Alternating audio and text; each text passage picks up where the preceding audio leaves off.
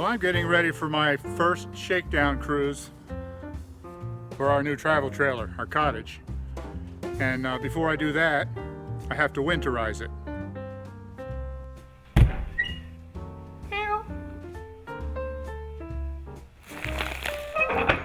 Tiny House Prepper. Hi everybody, I'm Bill from Tiny House Prepper, and I'm here trying to winterize my trailer. I had to bring it over here to the house because the place where we store it doesn't have any water or power, and I need both in order to properly winterize it. Now, several people have asked me why we are parking it in a storage area instead of at our house. Two reasons. One is we just simply don't have any room. Our entire lot is only 50 feet by 100 feet, and half of that is taken up with the house and the shed, and the rest is taken up with the driveway. We just don't have room. The other is that our property owners association doesn't allow it.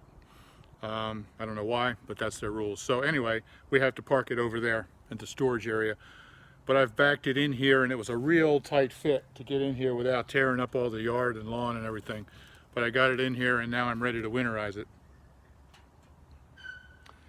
It's amazing what you can find on YouTube.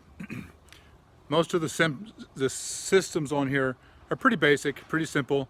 I can sort of blunder my way through and figure it out. But I went to YouTube to learn the specifics of how to do these things. So that's what I'm doing, is just kind of experimenting with what I've learned on YouTube, and we'll see how it goes.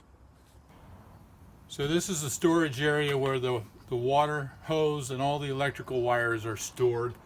I opened it up to see, and I found the whole thing was completely filled with a mouse nest.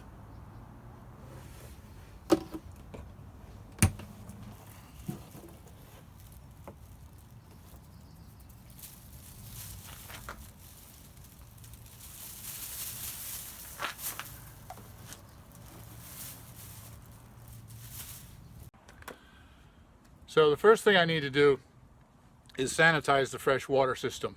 The fresh water tank, it's been sitting all winter. There was a little bit of antifreeze in there, and who knows what kind of things are growing in there. So I need to sanitize the system.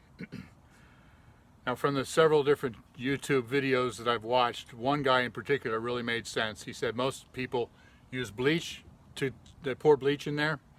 He said that can be tough on components in the system, especially the plastic parts. And then he said you need to pour something in there also to neutralize the bleach, and then it'll probably take several flushes to get rid of that. And so he recommended that you use hydrogen peroxide.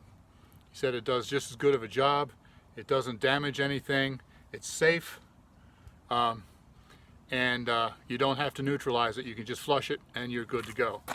So I am going to pour this whole bottle of hydrogen peroxide into the water tank.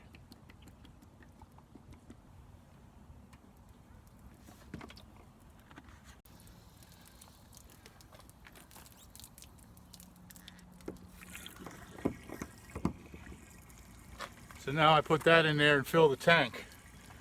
Now what he recommended was you put the peroxide in there, you fill the tank, and you let it sit for 24 hours so that the peroxide can do its job to sanitize the system. You also want to turn on the pump and run the water through all the spigots to make sure it gets all through the pipes and through the whole system.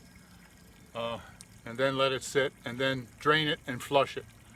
So I'm going to fill it here, let it sit, and then tomorrow I'm leaving for my my dry run, wet run. And when I get there to the campsite, I'll have full hookups. Okay, so it's full because it's draining out the bottom. Yeah, so when I get there to the campsite, I'll have full hookups, so I'll be able to hook up the drain and flush the whole thing and then refill it. Yeah, okay. This is what the shakedown is all about. Water started draining down there, and I thought that it was full and it was an overflow. But I thought, man, I've only run it for less than a minute. I only put a couple gallons in there. I went under there and I discovered that it's the lowest point drain, that he opened it to drain it last winter and left it open. so it was starting to drain out the bottom of the tank. So I went ahead and shut it off, and now it's filling. Alright, so I already found a pretty serious problem. This is what the shakedown is all about, I guess. I turned the water pump on right here so I could start running water through the system. As soon as I did, I heard gurgling over here by the toilet, and there's some kind of a leak. I don't know if you can see it on the camera, but it's running down here all the way out there. But there's a leak back behind here. I can feel it. I can feel where it's coming out, but I can't see it. I can't get to it. So I'm afraid I'm going to have to take the whole toilet off and lift it out so I can see what it is and why it's leaking. It's just a couple of bolts right there to pull the toilet. But I'm afraid I'm going to have to do that, or I can't use anything on the water system, because as soon as I turn on that pump to power the water, it starts leaking all over from the toilet. So this is not a good sign. I mean, a good situation here. It's not good news. So what do I do now? I'm supposed to leave tomorrow.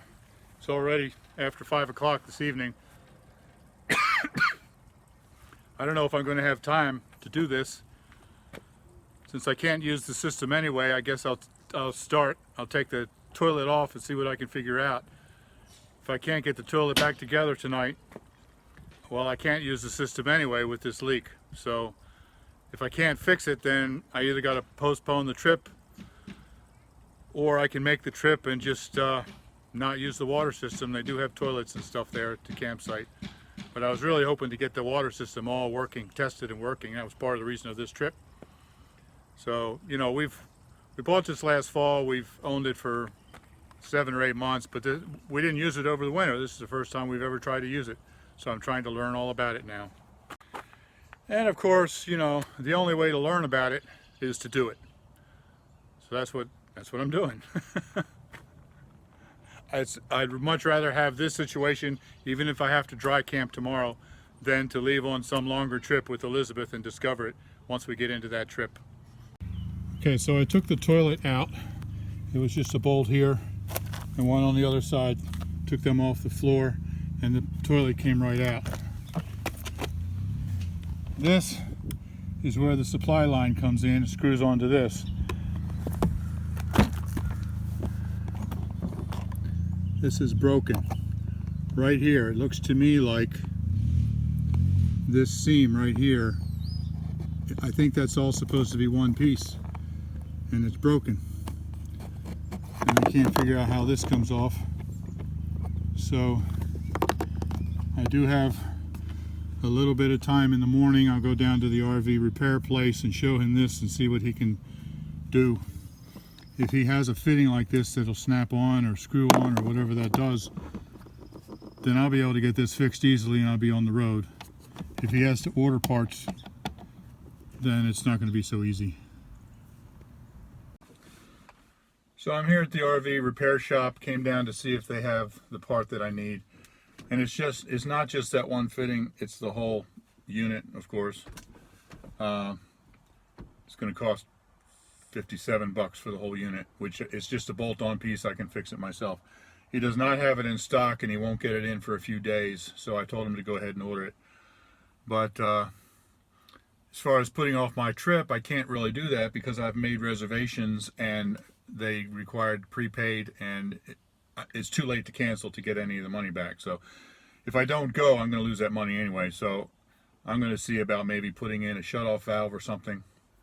I'm still going to go. So it's good news that it's not going to be a major repair. It's just that I'm going to have to wait a few days to get the part, and that's kind of a pain. Okay, so I have that part on order, and in the meantime I cut this off and I put a shut-off valve in there.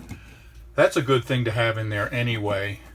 This is the other piece that goes on, and I'm going to wait until I get the new part to make sure. I might have to cut some length off of this, and I don't know the length, so I'm not going to put that on there yet until I get the new part for the toilet.